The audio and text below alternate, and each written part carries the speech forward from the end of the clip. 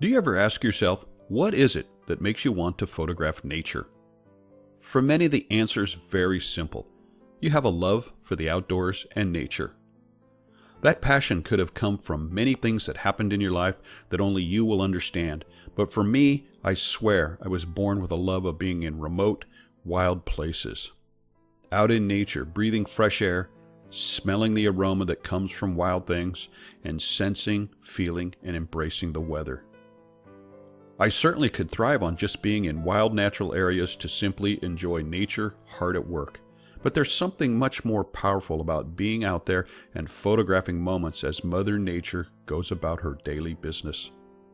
This passion is what most landscape and nature photographers have deep within them.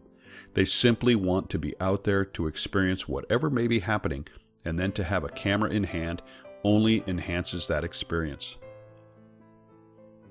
I can think of many outdoor experiences that were natural highs for me, from this image captured while driving a windy mountain highway where I discovered this lone patch of aspen against naked aspen tree trunks, or this image from Death Valley of those eroding geological mounds of colorful sediment.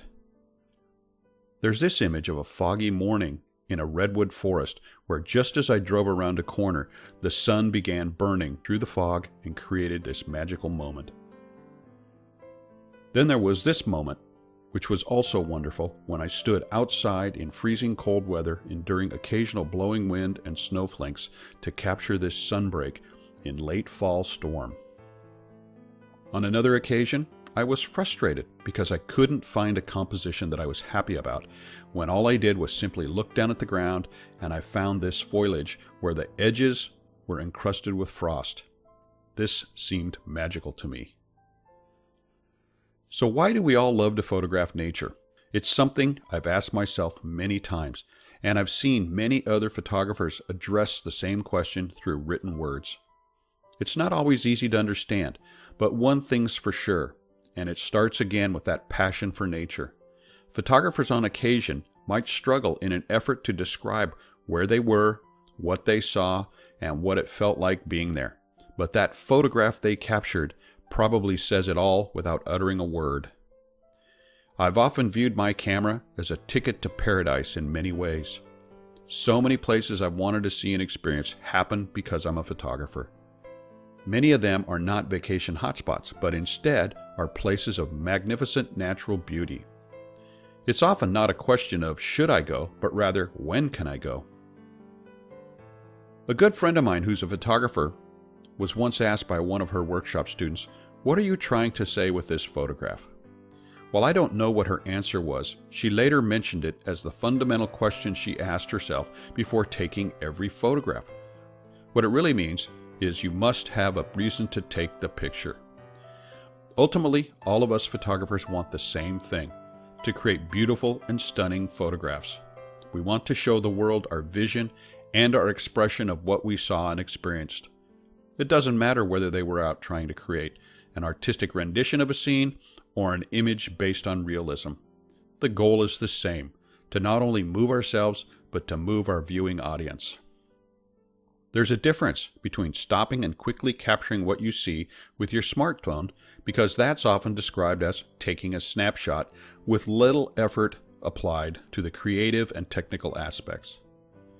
Those types of photographs often do not elicit what I call the wow factor, that emotional response that viewers of the photograph mean when they say wow while looking at your photo. A wow photograph creates a connection between the photographer and the viewer. So to create great images, you must connect with the environment. That includes looking up and looking down and looking all around. It might mean doing what my friend Ralph Clevenger describes as wet belly photography, getting your belly down on the ground, even if it's wet, to get the appropriate angle for that subject. It means climbing the hill to photograph down into the valley. And it means getting up early and staying out late to capture great light. It means heading out when the weather isn't perfect, but it also means that weather's perfect for photography. It means looking at the ordinary for something that's extraordinary. Being a photographer who creates fabulous images doesn't happen overnight. It takes many years of endless learning and continuous practice. I myself have always been obsessed with photography for decades, and this has led me to a successful career photographing outdoors. I truly believe that among many things, your obsession with nature and photography will guide you to becoming a great photographer. So the goal of this course is to spend time understanding your equipment, how it all works, photography fundamentals, but more importantly, learning to see light, how to find designs in nature, how to discover a striking composition, and how to interpret a scene and create an image that no one saw but you.